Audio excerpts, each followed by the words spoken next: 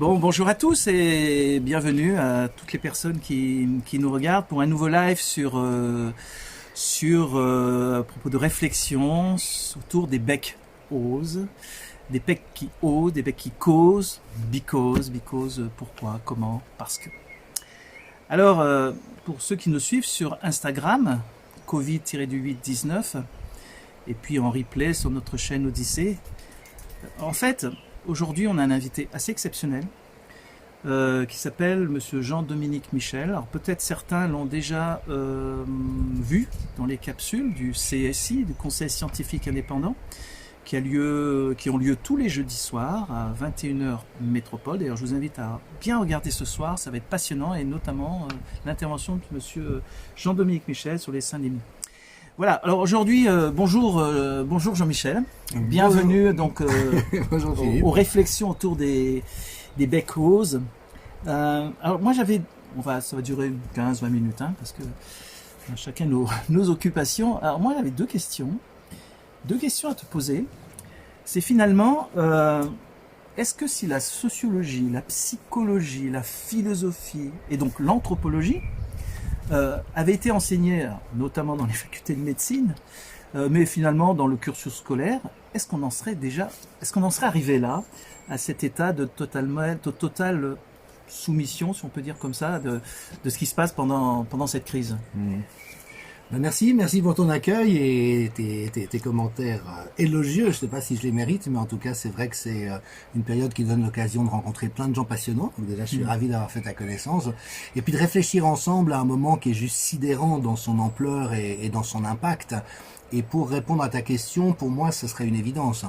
C'est-à-dire qu'il y a une connaissance de soi, il y a une réflexion sur soi-même, sur ce qui nous anime, sur ce à quoi on adhère, ce à quoi on croit, qui soit se vit de manière automatique, c'est-à-dire qu'on n'y réfléchit même pas, on lit quelque chose dans le journal et on dit bah c'est la vérité puisque c'était dans le journal, soit au contraire on développe une curiosité avant même un sens critique, parce que le sens critique pour moi c'est un produit de la curiosité, et donc on s'interroge, est-ce que c'est vraiment comme ça, est-ce que d'autres personnes disent d'autres choses, est-ce que d'autres proposent des clés de lecture un petit peu différentes, dans le plaisir de découvrir et de se construire sa propre opinion.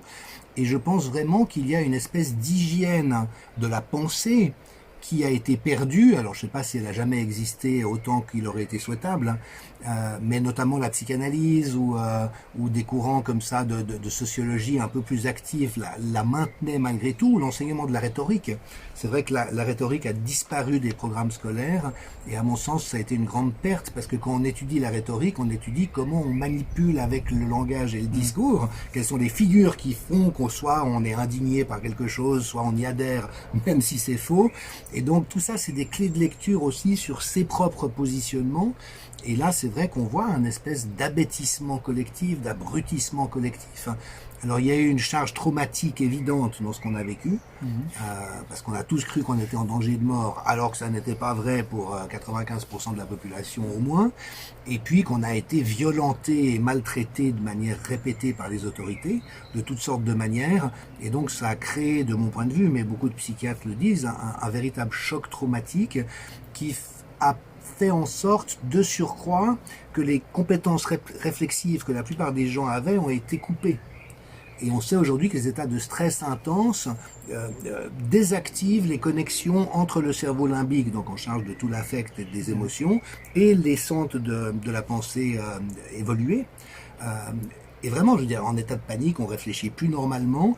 Et ce qui est détonnant dans la situation qu'on a vécue, c'est que ça a été une panique chronique dans la durée, avec un déluge de messages anxiogènes. J'ai un ami qui est professeur de neuromarketing. Donc lui, son kiff, c'est de voir comment les messages publicitaires, justement, impactent le cerveau et cherchent à le manipuler. Et il m'a dit à plusieurs reprises qu'il était effaré par la violence de ces messages répétés jour après jour.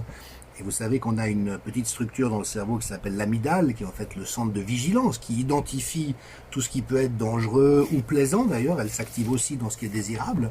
Mais donc, c'est la tour d'alarme, c'est le veilleur. Et là, on a fait paniquer ce veilleur jour après jour pendant 15 mois.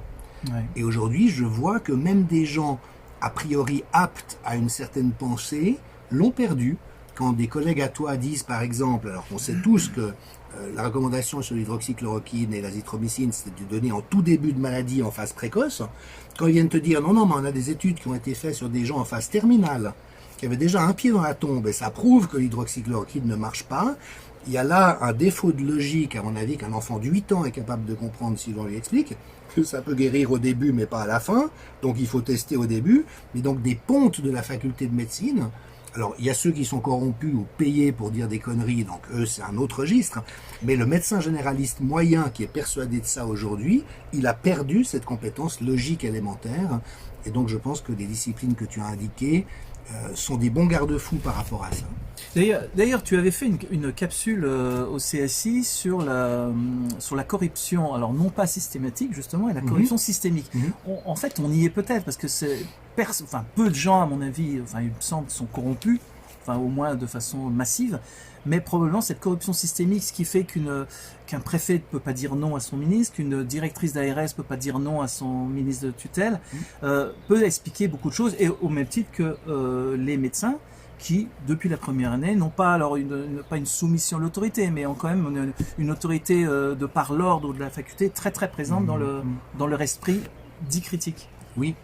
Et puis il y a un autre problème qui est vraiment apparu, alors là c'est très documenté dans la littérature, mais c'est qu'au fond l'immense majorité des médecins ont un bagage scientifique extrêmement limité, donc ils ne sont pas capables de lire les études qui sont publiées dans la littérature, ils ne lisent que les titres, les abstracts, et dès lors que l'abstract prétend quelque chose en venant d'un titre prestigieux, ils y croient. Et là vraiment on n'est plus dans la pensée tout court, on est dans la religion, on est dans l'adhésion sur la base d'une croyance à quelque chose qu'une autorité nous dit, et donc c'est extrêmement problématique. Quant au système de corruption que tu évoques, alors il est très bien documenté là aussi, moi je ne fais que dire des choses qu'on sait ou qu'on est censé savoir parce que tout le monde l'a dit, les revues médicales, les centres d'éthique des universités, la Commission européenne, l'ONU, tout le monde reconnaît qu'il y a un problème de corruption chronique extrêmement grave et qui se joue un peu à deux niveaux, c'est-à-dire qu'il y a une corruption criminelle active, c'est-à-dire des gens qui à dessein commettent ou publient des recherches qui sont frauduleuses parce qu'ils veulent s'assurer un marché, donc ça existe, et la grande faiblesse actuellement c'est les tribunaux. J'avais par exemple fait l'inventaire des condamnations des laboratoires pharmaceutiques aux États-Unis entre l'an 2000 et aujourd'hui, 944 condamnations civiles et pénales pour 56 milliards de dollars d'amende. Et ce que Peter Gotche, qui s'est fait éjecter de la revue Cochrane, avait montré, c'est qu'en fait c'est devenu un business model. C'est que les pharma font à dessein des mises sur le marché frauduleuses dont ils savent que ça va tuer des gens et causer des dégâts. Ils savent qu'ils seront condamnés, mais si ça permet d'engranger 12 milliards de bénéfices pour 1 milliard d'amendes et de dommages et intérêts, ça fait 11 milliards dans la caisse. Et donc ça a basculé vraiment dans ce registre criminel. Cela dit, merci de le préciser, l'immense majorité des médecins et des scientifiques sont honnêtes. Par contre, il y a un autre phénomène qui se passe après, qui est celui de la conformité au groupe. Et on a pas mal d'expériences en psychologie sociale. Une est très connue, c'est que tu as 5 bâtonnets de taille croissante qui sont mis dans un certain ordre, et puis en fait dans l'expérience on intervertit 2 bâtonnets. Donc la séquence est rompue, et si le groupe dit que c'est dans le bon ordre, les sujets testés comme expérimentateurs, dans l'immense majorité des cas, vont aussi dire que c'est dans le bon ordre, même s'ils savent que ça n'est pas le bon ordre. Et quand on étudie le processus psychologique, c'est pas qu'ils se disent à dessein non, ils se trompent, mais c'est trop inconfortable pour moi de m'opposer, donc je vais dire comme eux. C'est qu'il y a une espèce de sidération où la réponse je dis la même chose qu'eux apparaît sans même que la personne, la plupart du temps, ait conscience qu'elle le fasse. Et là, on a tous ces systèmes de copinage, d'allégeance, de congrès dans lesquels on est invité, d'ordre des médecins, de confréries. Et effectivement, on a pu voir notamment... tiens, je peux peut-être donner cet exemple aussi parce qu'il est tellement frappant. Un chef de clinique m'a appelé en disant, lors de la vague épidémique d'automne, ambulatoire, centre ambulatoire, j'ai décidé d'appliquer la trithérapie de Marseille. J'ai soigné 50 patients. Il y en a un seul qui est parti aux soins intensifs parce qu'on lui a prescrit trop tard, mais les 49 autres ont pu ne pas y aller. Je lui ai demandé, mais si vous n'aviez pas appliqué ce traitement, combien auraient dû être hospitalisés? Il me dit la moitié. Ça s'est su, et il a reçu l'ordre de sa hiérarchie d'arrêter. Un médecin de Marseille? Non. Non, un médecin en Suisse, dira pas plus. En Suisse. D'accord. Et là, alors, c'est sorti dans la presse, donc il y a eu du foin, et ils ont convoqué un médiateur, et finalement, les autorités de santé n'ont pas lâché. Alors, ils lui ont finalement donné le droit d'utiliser l'ivermectine, donc c'était peut-être un mal pour un bien, mais sur l'hydroxychloroquine, étant donné les polémiques qu'il y avait eu, c'était juste inenvisageable, même si lui témoignait que la moitié des patients en étaient améliorés, enfin tous les patients en étaient améliorés, mais que la moitié aurait terminé autrement aux soins intensifs. Donc voilà, ça c'est ces phénomènes de mimétisme, et on voit malheureusement que la caste médicale est devenue une espèce de religion délirante actuellement. Et alors comment on se sort de ça? C'est difficile, ça a beaucoup de caractéristiques de la bouffée délirante, hein. Plusieurs psychiatres et Didier Raoult l'ont dit, et on a des précédents dans l'histoire de bouffées délirantes. Là, ce qui est compliqué, c'est que c'est entretenu par toute une machinerie, notamment la corruption en santé, mais après aussi tous les médias qui répètent inlassablement la doxa et qui s'attaquent de manière très ostentatoire à ceux qui osent s'opposer à la doxa.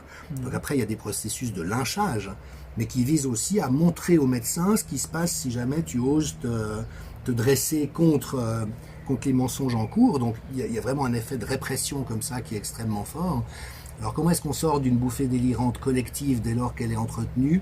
C'est une très bonne question, et l'anthropologue que je suis est très curieux et passionné par cette question, mais sans avoir beaucoup de réponses. Mon éminent confrère Michel Maffezoli vient de sortir un livre qui s'appelle L'ère des soulèvements, où il dit que qu'au fond, dans son analyse, c'est une espèce de baroud d'honneur d'élites qui ne sont plus des élites. Parce qu'au fond, le propre d'une élite, c'est d'être au service du collectif. Il y a toujours des élites dans toutes les sociétés, mais en montrant une direction qui en vaut la peine. Et quand les élites se sont perverties au point de ne plus être intéressées que par leur intérêt personnel, appliquent un autre standard aux autres et à eux-mêmes, il faut quand même rappeler qu'un certain nombre des grands opposants au traitement de Marseille, quand des proches sont tombés malades, ils l'ont appliqué. Ou quand eux-mêmes ont été malades, ils y ont eu recours.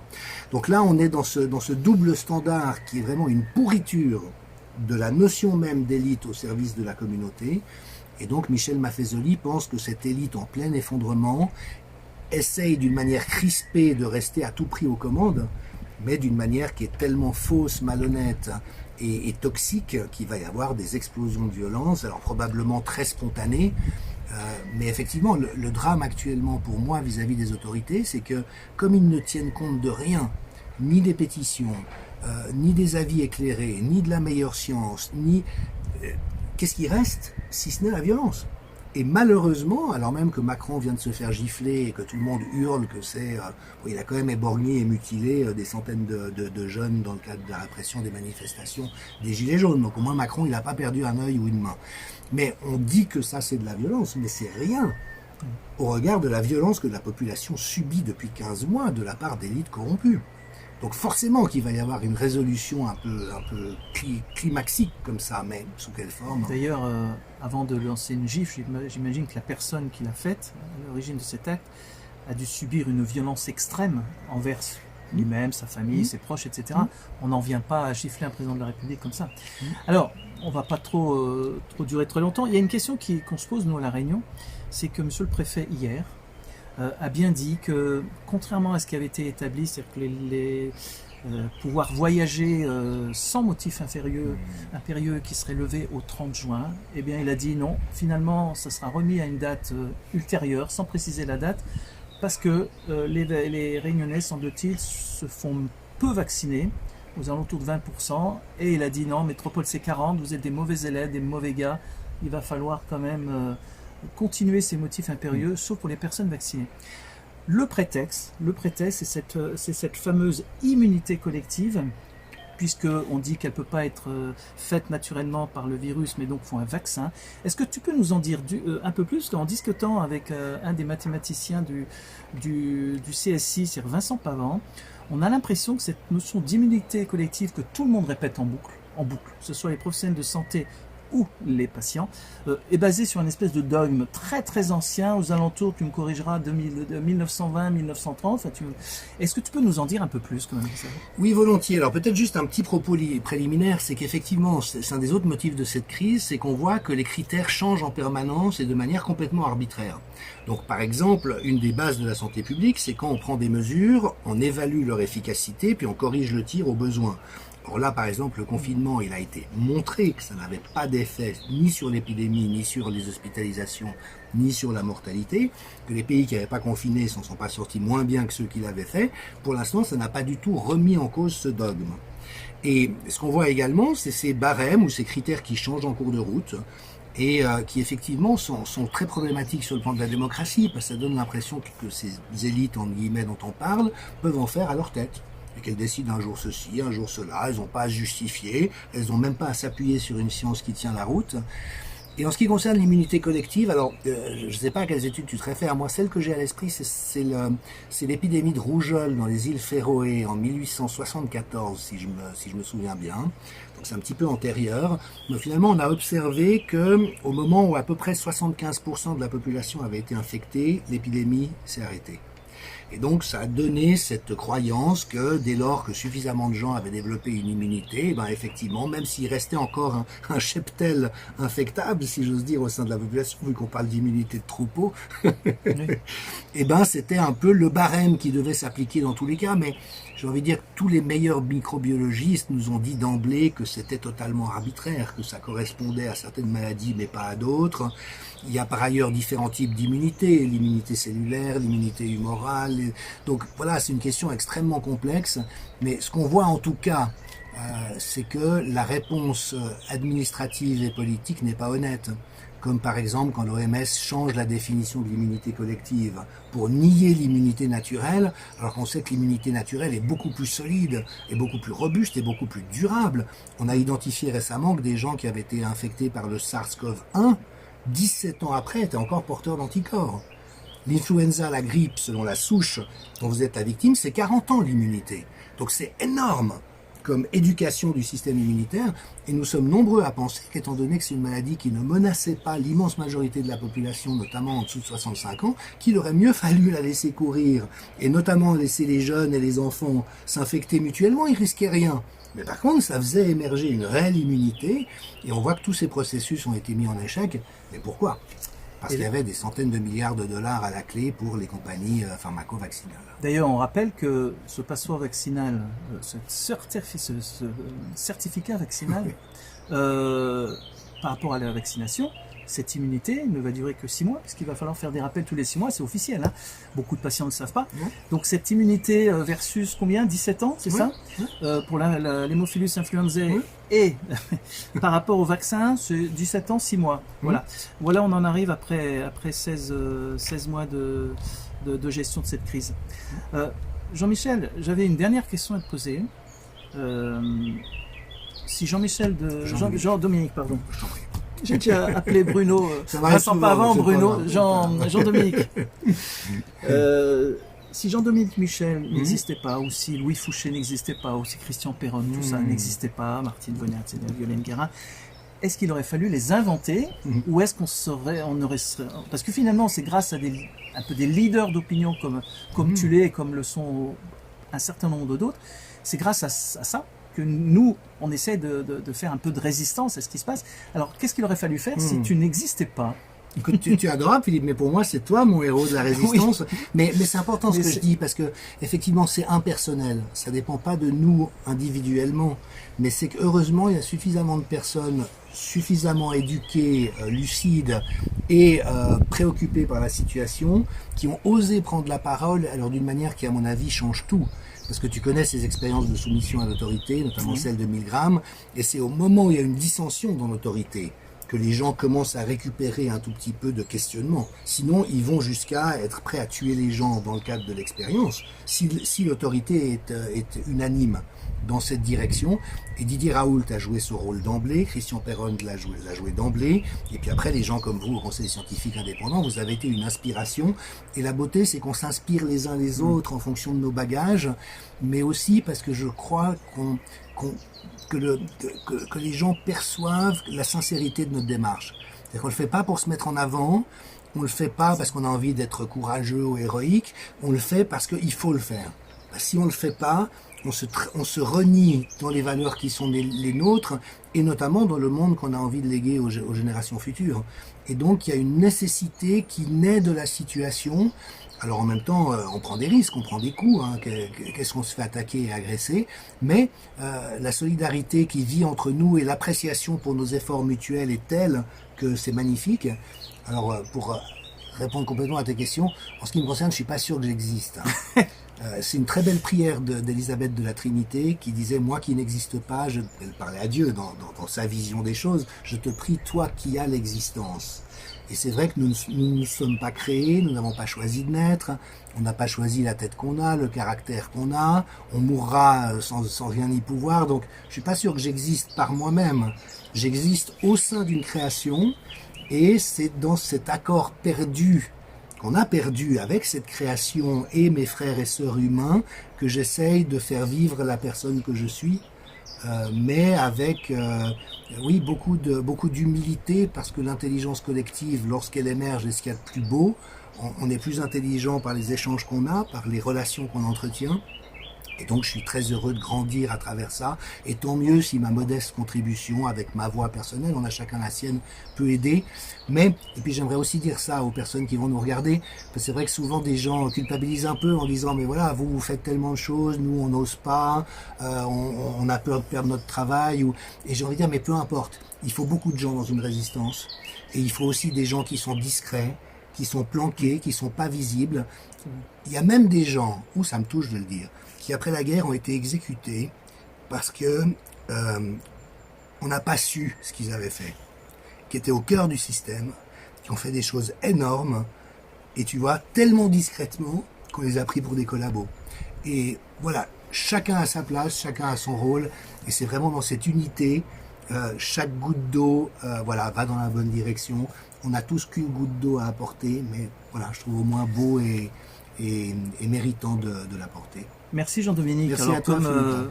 vous avez pu le constater, nous n'existons pas, et que si vous avez cru vivre en direct un live avec Jean-Dominique Michel, c'est totalement dans votre inconscient. Essayez de garder quand même votre inconscient pour essayer de continuer ces interrogations, toujours dans la non-violence, et comme tu l'as dit, avec respect, même pour les personnes qui peut-être on aurait tendance à dire mais t'étais où toi au début? Ben non, ils ont le droit de prendre leur rythme, et puis il y a beaucoup, comme tu l'as dit, des gens qui font d'autres choses, mais qui sont dans la même lignée, qui font pas de bruit, et pour lesquels pour nous, c'est notre meilleur soutien.